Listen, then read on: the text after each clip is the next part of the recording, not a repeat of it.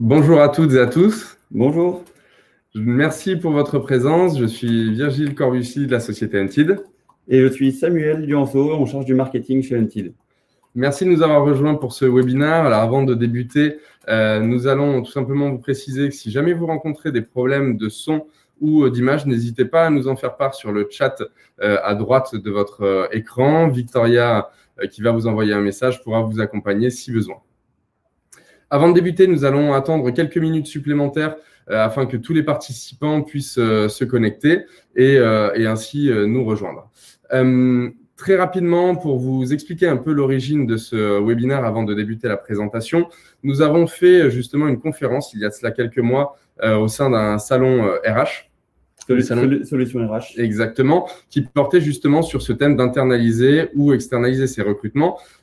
Et en fait, suite aux différents retours que nous avons eus de la part des différents participants à cet atelier, nous avons décidé d'en faire une présentation sur un format webinar qui sera un peu plus court, sur lequel on ne rentrera pas forcément jusqu'au bout de l'exercice de simulation, mais on vous donnera tous les éléments clés qui vous permettront exactement de le reproduire chez vous par la suite, ou en tout cas directement au bureau avec vos collaborateurs. Avant de débuter directement, puisque je vois que les derniers arrivants arrivent, pouvez-vous nous confirmer que tout va bien au niveau du son et que vous pouvez nous voir et que vous pouvez également voir la présentation? Si jamais vous avez des questions tout au long du webinaire, n'hésitez pas non plus à nous en faire part au fur et à mesure. Nous tenterons d'y répondre dans la mesure du plus possible tout au long du webinaire, mais sinon, nous pourrons revenir à la fin de la présentation pour tout complément d'information. Alors, comme nous le disions, donc le but, internaliser ou externaliser ces recrutements. On va se présenter d'abord un peu plus longuement pour que vous compreniez pourquoi est-ce qu'on a décidé de faire ce webinaire et qu'est-ce qui nous a amené à le faire. Donc moi, je suis Virgile Corbucci, je suis CEO de Untied. Et je devais initialement réaliser cette présentation seul. Toutefois, après réflexion, Samuel a décidé de se joindre à moi. Parce qu'en fait, on a travaillé en commun sur cette présentation pour le salon. Et vu qu'on a étudié beaucoup de sources qui étaient assez intéressantes, l'APEC, la DARES, l'INSEE, on s'est dit que c'était un peu plus sympa de faire ça de manière interactive pour vous présenter un peu toutes les recherches qu'on a faites ensemble. Alors, pour vous expliquer pourquoi est-ce qu'on a fait aussi ce webinaire sur ce thème-là et qui est Untied, puisque ça va donner une partie de réponse. Pour ceux qui ne nous connaissent pas, Untied est une plateforme qui a été fondée par Sylvie Fleury il y a quelques années maintenant. Et cette plateforme de recrutement a pour but de faciliter l'accès et la gestion au cabinet de recrutement par les entreprises. Donc, nous travaillons aujourd'hui aussi bien avec des startups ou des structures de 10 collaborateurs qui ont quelques recrutements à l'année qu'avec les plus grands groupes français qui gèrent des centaines de recrutements, voire milliers de recrutements sur la France et l'international. L'idée de cette plateforme est de permettre tout simplement d'accéder aux entreprises donc à un grand panel de cabinets de recrutement avec différentes spécialisations et de pouvoir diffuser l'ensemble de ces besoins sur un seul et même outil, de centraliser la gestion de ces cabinets de recrutement et d'uniformiser à la fois les pratiques avec un standard haut, mais également les coûts. Et dans ce cadre-là, en fait, de nombreux clients que nous accompagnons nous ont fait cette remarque et nous ont posé cette question en disant aujourd'hui, qu'est-ce qui est le plus intéressant? À quel moment faut-il externaliser un recrutement? À quel moment est-il préférable de l'internaliser? Et c'est pour ça qu'au fil des années, on a récolté plusieurs éléments et dans ce cadre-là, nous avons décidé de faire cette présentation qui s'est avérée utile pour plusieurs de nos clients. Comment est-ce que nous allons procéder? Dans un premier temps, on va récapituler de manière assez simple la manière dont se déroule un recrutement en interne et quelles sont les conditions, quels sont les outils et quels sont les éléments à prendre en compte. Puisque, encore une fois, très souvent, la préparation reste un des éléments essentiels et il y aura bien évidemment des distinctions et des différenciations à faire selon les participants puisque qu'il s'agisse d'une entreprise de 200 collaborateurs, une entreprise de 4000 collaborateurs, forcément les outils déjà en place ne sont pas les mêmes, les compétences également. Donc, le premier point sera aussi de revenir sur un peu l'état des lieux de l'existant. Et une fois cette première approche terminée, nous pourrons revenir sur justement l'externalisation du recrutement et au même titre, quels sont les éléments à prendre en compte et quels sont aujourd'hui les acteurs ou les fonctionnements qu'on va pouvoir utiliser. Première chose, donc vraiment, vous l'avez vu, la distinction de ce webinaire, c'est d'un côté les recrutements en interne, ou alors on va passer par de la mobilisation du personnel, quel qu'il soit, donc à savoir les managers, l'équipe dirigeante, ou créer sa propre équipe de recrutement ou l'utiliser si elle est déjà en place. Et on va le mettre en opposition avec le recrutement externe, donc c'est-à-dire faire appel à des services de prestataires ou de prestations extérieures à son entreprise. Quand on parle de l'interne, la première chose qui nous vient en tête, c'est une entreprise qui dispose déjà de sa propre équipe RH, qui est déjà équipée, outillée et qui a tous les éléments nécessaires en interne pour pouvoir justement travailler. Soit l'entreprise va solliciter ses fonctions support ou dirigeantes de l'entreprise. Ça, on le voit notamment dans des PME, des structures de différentes tailles. Je vois qu'on a un petit problème et la présentation revient systématiquement sur la première page. Et donc, ensuite, on a… Alors, excusez-moi, on a quelque chose, on a un petit souci. Donc, et ensuite, on va avoir, je reviens, sur le recrutement qui va être directement géré par le manager, qui nécessite de s'attacher à la compétence aussi de personnes en interne qui soient en capacité de recruter et qui peuvent tout simplement avoir le temps de se dégager, à se dégager pour ces recrutements. On parlait de service RH et je pense que c'est l'un des premiers points et c'est surtout l'une des distinctions les plus fortes, c'est que gérer un recrutement en interne avec ou sans service RH, c'est extrêmement différent.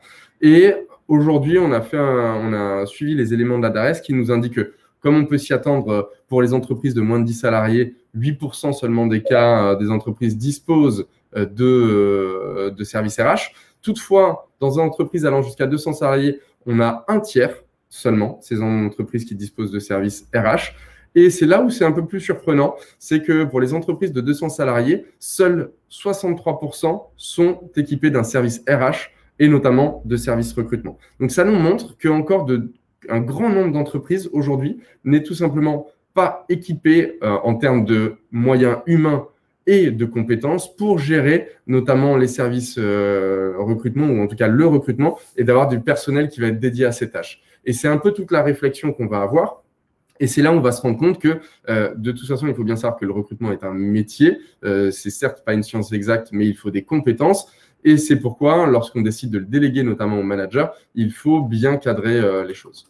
On va d'ailleurs publier un sondage là, dans le webinaire que vous aurez en onglet pour savoir combien parmi d'entre vous sont équipés ou pas d'un service RH au sein de leur entreprise.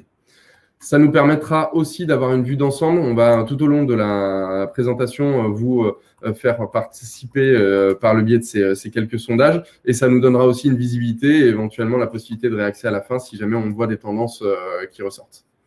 Quelles sont les conditions nécessaires à prendre en compte pour mettre en place un recrutement en interne ? Forcément, la première chose, et on en parle à l'instant, ce sont les moyens humains à disposition, mais à la fois en termes de temps, mais en termes de compétences. Dédier une personne au recrutement, si elle n'a pas les compétences pour le faire, peut s'avérer éventuellement risqué, voire même problématique. Il y a une notion d'urgence qui va être dédiée et de gestion du temps, à savoir à quel moment est-ce que ce recrutement peut potentiellement faire perdre notamment du business ou éviter ou empêcher l'atteinte des objectifs. Un point qui va être essentiel, c'est le nombre aussi de ces recrutements à prendre en compte. Est-ce qu'on est sur un recrutement unique géré par un service ou est-ce qu'on parle d'une stratégie de recrutement sur l'année d'une entreprise ? Le budget disponible et surtout, c'est un état des lieux sur les outils qui vont déjà être en place et sur lesquels on pourra s'appuyer et ceux qui seront à l'inverse manquants.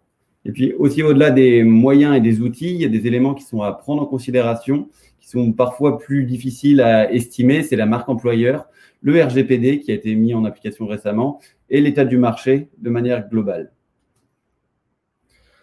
On fait un petit arrêt juste sur une précision puisque nous allons à plusieurs reprises utiliser le terme de sourcing par la suite. Les définitions sont variables d'une entreprise à une autre.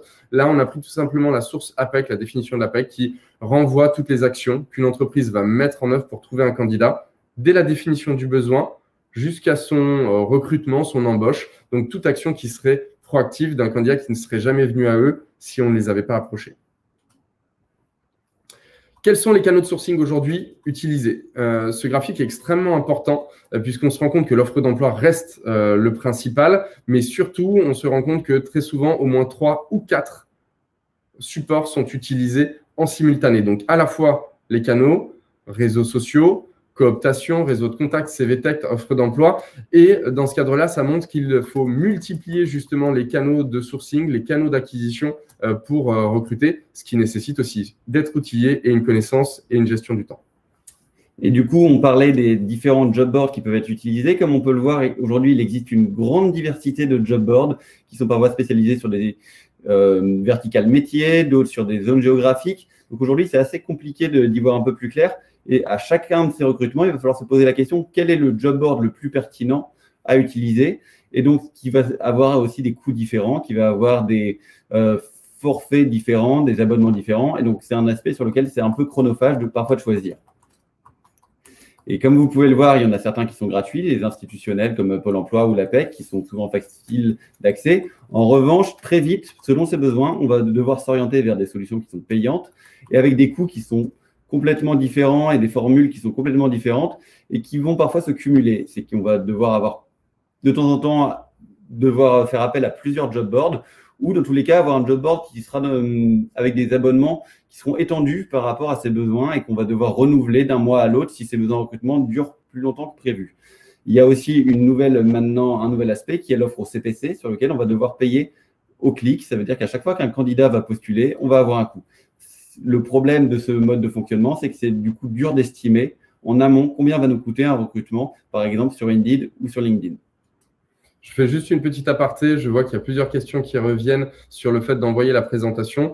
Donc, on vous enverra bien évidemment le replay pour tout inscrit, mais également le contenu de la présentation. Pourquoi? Puisque dans celle-ci, il y aura tout l'aspect lié à la simulation que l'on ne détaillera pas dans ce webinaire et que vous pourrez reprendre pour justement reproduire la simulation d'équation directement à votre bureau.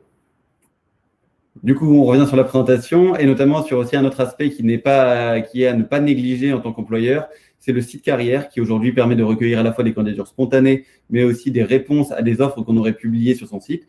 Donc, il faut vraiment le travailler. Ça nécessite un grand travail en amont, parfois qui va solliciter plusieurs services de l'entreprise pour être correctement édité. Et aussi, un aspect qui n'est pas à négliger, c'est l'aspect responsive design, donc l'aspect mobile, parce qu'aujourd'hui, on sait qu'une bonne partie des candidatures, je crois que c'est entre 30 et 50% des candidatures proviennent du mobile. Donc, c'est aujourd'hui un levier qu'il faut aussi bien travailler et bien réfléchir en amont. La marque employeur, on en parlait tout à l'heure. Aujourd'hui, c'est un sujet très stratégique au sein des entreprises parce que c'est l'image de son entreprise en tant qu'employeur qui permet aujourd'hui aux entreprises d'attirer naturellement des candidats et aussi de les maintenir au sein de son entreprise une fois le recrutement effectué. Donc ça, c'est un impact qu'il faut vraiment considérer et sur lequel il y a tout un travail à faire pour rendre son entreprise attractive pour les candidats et pour les salariés.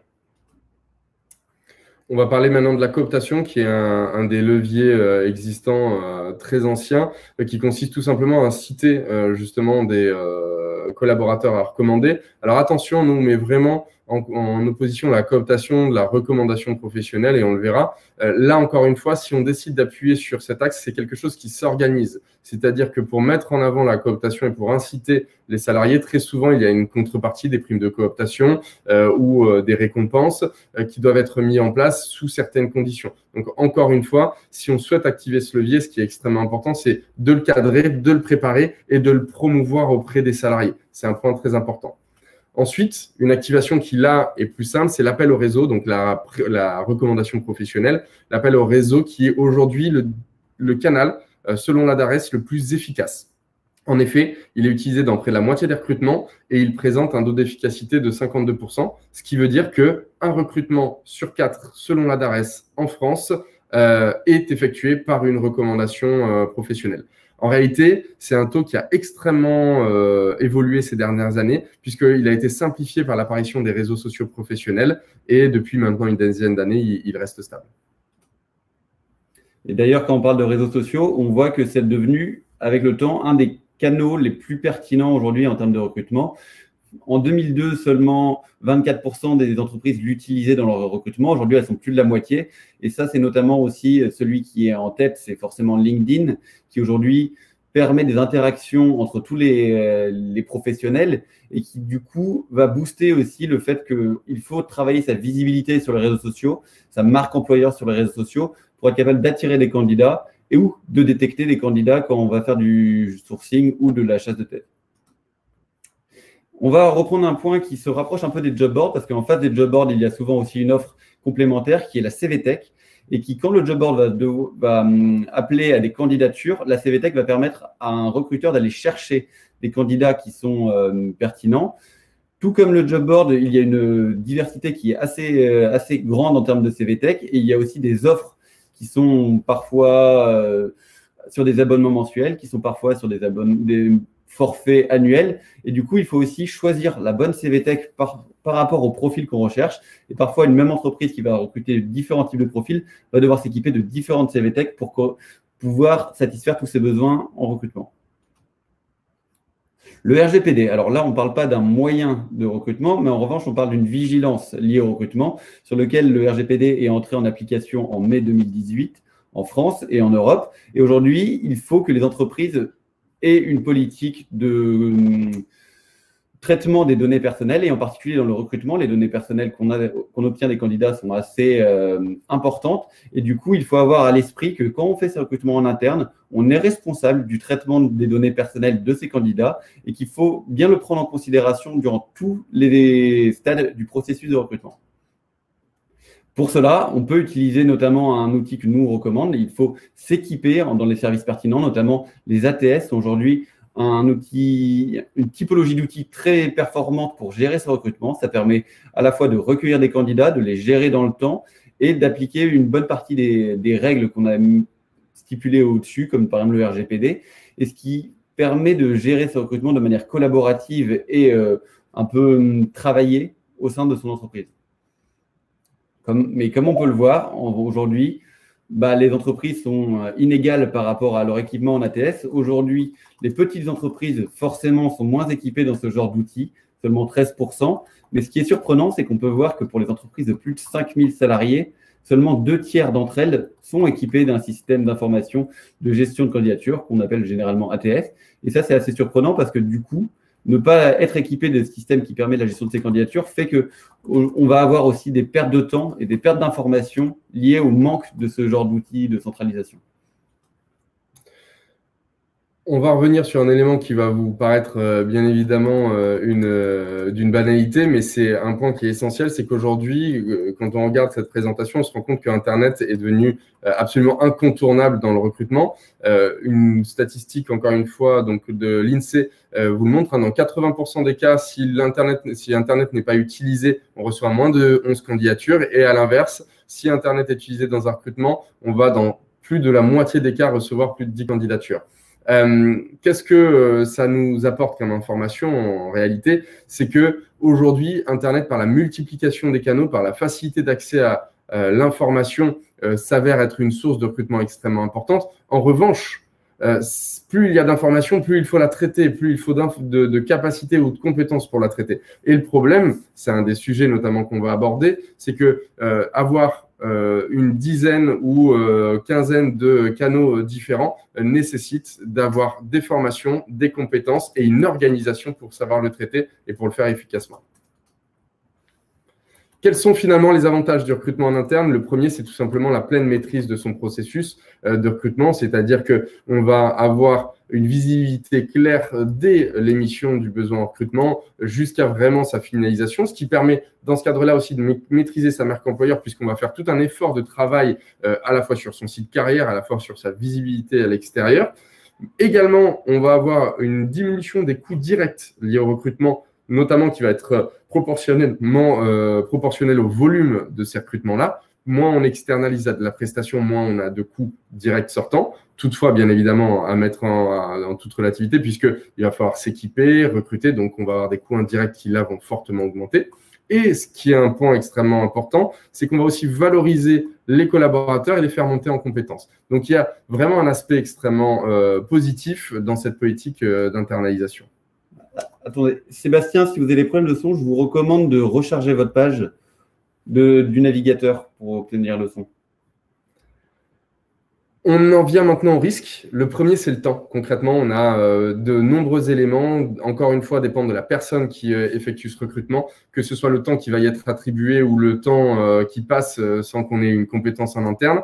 Il y a encore une fois la nécessité de s'équiper et de s'outiller sur les différents acteurs, mais pas seulement prendre un acteur qui va gérer, mais l'acteur qui sera le plus adapté aux besoins et également toutes les compétences qu'on devra développer en interne. Cela, qu'est-ce que ça peut gérer comme risque, hein? C'est tout simplement qu'on délaisse l'activité principale dans le cas où le recrutement ne fait pas partie justement des missions. On le voyait, on peut penser que c'est anecdotique et pourtant non, puisque une grande partie des entreprises en France aujourd'hui ne disposent pas de services de ressources humaines et donc de personnes qui soient entièrement dédiées au recrutement.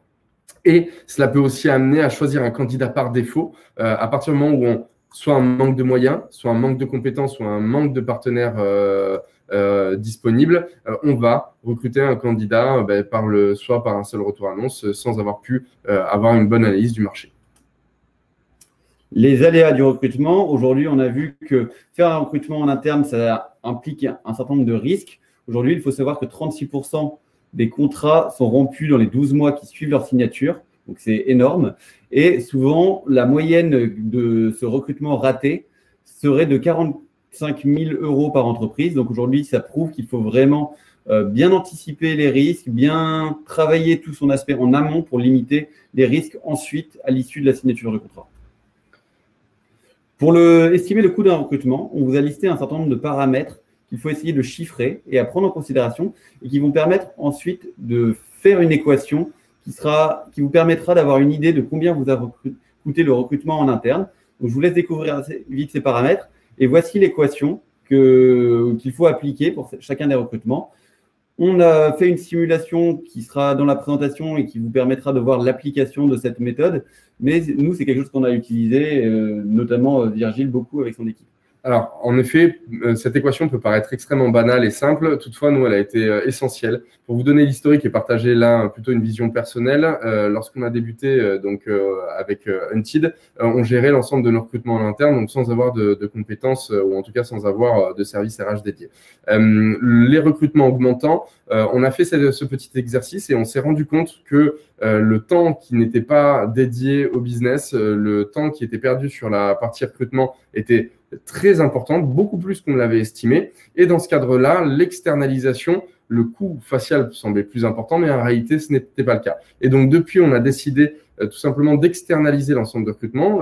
On utilise bien évidemment Unted, puisque dans 80% de nos derniers recrutements, nous avons fait les recrutements sur notre plateforme.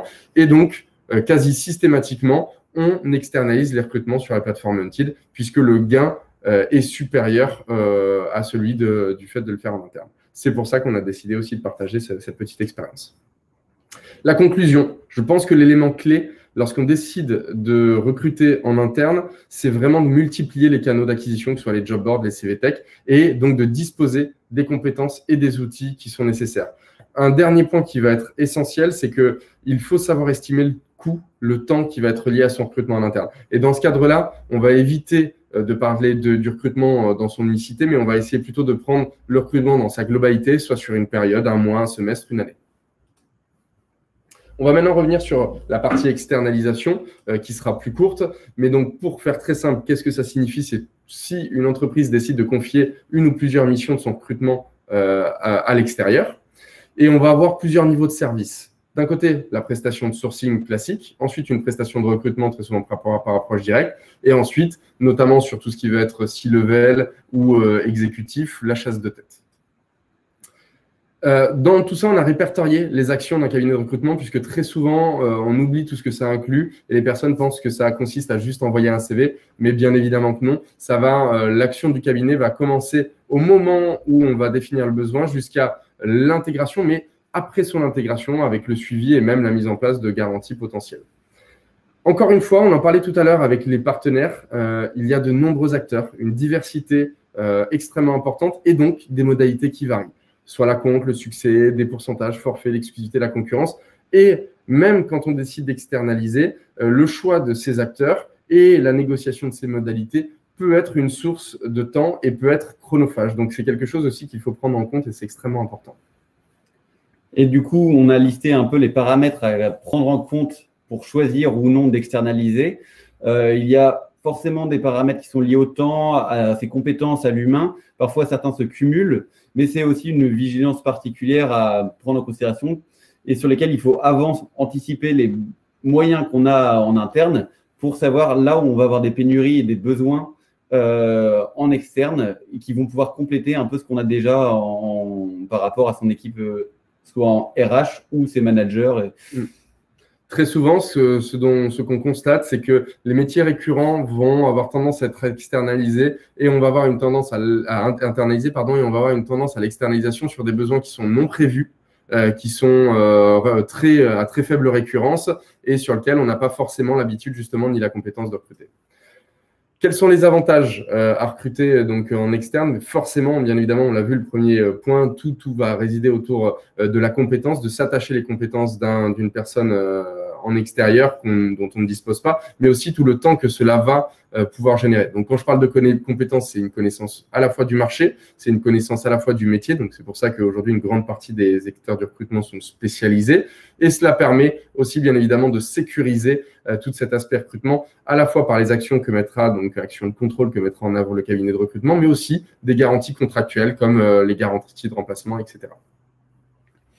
Le taux d'efficacité du recrutement, on en parlait précédemment avec justement l'aspect, le premier taux le plus efficace qui était la recommandation professionnelle. Il s'avère qu'aujourd'hui, donc l'intermédiaire du recrutement, à savoir notamment les cabinets ou des prestations extérieures, sont utilisés dans un tiers des recrutements d'une entreprise. Et dans près de la moitié des cas, 43%, cela aboutit à un recrutement. Donc c'est le deuxième canal le plus efficace derrière la recommandation professionnelle. Alors, les risques qu'on a à externaliser ces recrutements, c'est finalement aussi d'avoir un nombre de prestataires qui serait trop important ou inadapté et sur lequel on se retrouve à perdre du temps, à s'arracher un peu les cheveux, à gérer ces prestataires et du coup d'avoir une expérience qui est un petit peu frustrante. Donc, ce qu'il faut bien prendre en compte, c'est qu'il ne faut pas s'attendre à avoir des résultats inatteignables, se dire que les cabinets de recrutement ont aussi une portée qui est beaucoup plus forte, mais sauf qu'ils ont des meilleures compétences, ils ont des meilleurs systèmes pour aller sourcer. En revanche, il ne faut pas non plus s'attendre à avoir des choses inatteignables. Donc, c'est très important de pouvoir aussi se dire que ce n'est pas parce qu'on a sollicité un cabinet de recrutement que le recrutement va forcément être pourvu. C'est quand même mais ça reste un facilitateur et ça vaut le coup de le tenter à côté de ces autres moyens. Comme pour le recrutement en interne, on vous a listé ici un certain nombre d'éléments à prendre en considération pour estimer le coût réel d'un cabinet de recrutement, d'un recrutement externalisé. Donc forcément, il y aura le coût du prestataire, mais aussi à ça, il faut quand même considérer le temps consacré en interne pour la gestion de ces prestataires-ci. Donc voici les éléments et on retrouve aussi ces éléments au sein d'une équation. Elle est un petit peu différente de la précédente, mais on vous invite aussi à vous poser les questions, à poser cette équation-là quand vous faites appel à des prestataires externalisés pour savoir quel est le coût réel que cela va vous coûter. Si on en vient sur cette deuxième partie, donc en conclusion, c'est que vous l'avez bien compris, que ce soit sur internalisé ou externalisé, il n'y a pas une réponse unique et très souvent, c'est justement un cumul des deux approches. Aujourd'hui, ce qu'il faut savoir, c'est qu'il y a de nombreux facteurs à prendre en compte et c'est surtout le point qui est le plus important, c'est ce sur lequel on a vraiment accentué tout au long de la présentation, c'est qu'avant de prendre cette décision, il faut bien être conscient des moyens dont on dispose et de tous les facteurs internes à son entreprise et externes, comme notamment le marché. On peut connaître aujourd'hui un marché qui est assez compliqué et qu'il faut poser sur la table pour prendre une décision. Un autre élément qui est extrêmement important et essentiel, qu'on décide de l'internaliser ou de le faire en externe, interne ou seulement en externe, la clé aujourd'hui du succès, c'est la multiplication des canaux. On l'a vu, une annonce seule n'est pas suffisante. Il faut souvent le coupler avec les réseaux sociaux, avec de la cooptation, avec un plan de recrutement, etc. Et le point qui est important, il est très difficile finalement de prendre cette décision sur un seul recrutement. L'idée d'avoir une vue d'ensemble, parce que quand on décide d'internaliser ces recrutements, la plupart des actions qu'on va mettre en place, le site carrière, la marque employeur, l'équipement avec des outils ATS, l'abonnement à des CV Tech, on ne va pas l'utiliser que pour un seul recrutement, mais on est vraiment sur une stratégie qui va s'appliquer sur une période, soit à 6 mois pour les abonnements les plus courts, soit à 3 ans pour des abonnements à des ATS, etc. Ça nous amène finalement à l'origine un peu d'Unted et aujourd'hui ce qu'on essaye de faire. Pourquoi est-ce que Unted et quelles réponses on essaye d'apporter? Tout simplement, comme je vous l'expliquais, quand nous avons été créés, l'objectif était de permettre à une entreprise, quel que soit son besoin, aussi bien sur une fonction comptable basée à Paris que sur une fonction de directeur exécutif basée à Berlin, d'avoir la capacité très simplement d'être mise en relation et de travailler avec un ou plusieurs cabinets de recrutement qui seraient adaptés justement aux besoins. Donc, on va, dans un premier temps, faciliter la gestion et la centralisation de ces cabinets de recrutement, mais également, on va uniformiser les coûts. Et en fait, dans ce cadre-là, aujourd'hui, l'idée de la plateforme Unted a été de faciliter le recours systématique aux cabinets de recrutement pour des entreprises qui, justement, ne disposent pas de services en interne. Comment est-ce qu'on l'a permis? Et en diminuant les coûts et en facilitant la gestion par l'outil qu'on met à disposition, mais également de permettre à des entreprises qui sont extrêmement équipées, que ce soit des grands groupes ou notamment des ETI, d'avoir un recours ponctuel au cabinet avec des tarifs déjà uniformisés, déjà négociés, puisqu'aujourd'hui on est très compétitif sur le marché, sans pour autant avoir à chaque nouveau recrutement qui n'a pas été prévu, la nécessité de sourcer le marché, de se poser la question de quel acteur, comment et pourquoi. Et un dernier point, c'est surtout, et ça aujourd'hui c'est un des facteurs clés de succès de la plateforme Unted, c'est qu'en regroupant un nombre d'acteurs, donc cabinets de recrutement importants, aujourd'hui on a plus de 1000 cabinets de recrutement qui sont répertoriés et actifs sur la plateforme, qui peuvent intervenir sur tout type de métier et donc des spécialistes comme je le disais, on va permettre à une entreprise au même endroit, sur un seul et même outil, de répondre à l'ensemble de leurs besoins, de profils cadres et de leurs profils notamment agents de maîtrise. Donc, c'est ce que je disais, c'est qu'aujourd'hui, on va permettre à des entreprises d'avoir une simplicité et une tranquillité d'esprit, là où avant, à chaque nouveau recrutement, la question se posait du partenaire. Merci à tous pour votre attention. Comme on le disait, on a essayé de faire un format court d'une trentaine de minutes par rapport à la présentation d'une heure qui avait été faite au salon. Donc, on a enlevé tout l'aspect simulation et l'exercice qu'on avait mis en œuvre. Toutefois, on va vous le faire parvenir et afin que vous puissiez, vous, l'appliquer directement. Au même titre… on va vous mettre le lien ici dans le chat pour que vous puissiez la télécharger en direct. Super. Également, ce dont on s'est rendu compte, c'est qu'après coup, lors de la présentation du salon, plusieurs personnes sont venues nous poser des questions et on nous ont demandé de partager des cas clients, puisqu'en fait, comme on l'a dit, on a eu des échanges avec des structures de différentes tailles à ce sujet. N'hésitez pas, voici toutes mes coordonnées. On reste à disposition et c'est toujours un plaisir d'échanger sur un sujet comme celui-ci. On ne prétend pas avoir la science exacte, mais c'est juste du partage d'expérience et du partage de connaissances. Donc, vous avez toutes mes coordonnées directement à la fin de la présentation. Le lien agenda, vous pouvez avoir aussi un accès à notre agenda. Si vous voulez prendre rendez-vous, d'ailleurs, ceux qui veulent prendre rendez-vous dans les sondages, vous trouverez un moyen de vous préciser si vous voulez être recontacté par quelqu'un de notre équipe pour que nous puissions un peu travailler un peu plus profondément sur votre cas personnel, vos problématiques de recrutement. Nous avons fini. J'ai vu qu'il n'y avait pas eu de questions particulières au long du webinaire, si ce n'est sur les modalités, fonctionnalités et les présentations. Peut-être avez-vous des questions par rapport à tout ce que nous venons d'évoquer? Je pense que nous avons été clairs. De toute façon, vous avez toutes mes coordonnées. La DAREF. Alors, c'est LA espace DAREF. C'est l'organisme qui dépend du ministère du Travail et qui fait des études statistiques sur les données liées à l'emploi et à l'employabilité. Donc, c'est une source qui est assez intéressante parce qu'ils font des études assez pointues sur le marché de l'emploi de manière globale. Notamment, ils ont fait des publications assez régulières pendant la période Covid pour avoir un suivi semaine par semaine de comment se comportait le marché de l'emploi. Donc, vous tapez DARES sur Google et vous trouverez le site qui est une source vraiment intéressante.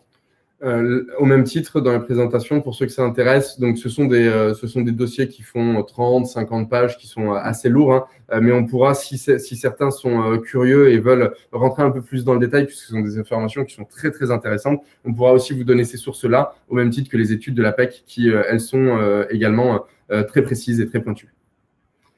Merci à tous pour votre présence, en espérant avoir l'occasion d'échanger prochainement avec plusieurs d'entre vous sur des cas de figure. Merci Elodie. Ravi d'avoir vu aussi quelques personnes qu'on connaît qui ont l'habitude d'utiliser Untied, en espérant tout simplement pouvoir vous voir soit sur la plateforme, soit ailleurs très bientôt, et qui sait peut-être même autour d'un café d'ici quelques mois, une fois que certaines mesures sanitaires seront levées. Merci à tous, à très bientôt. Au revoir. Au revoir.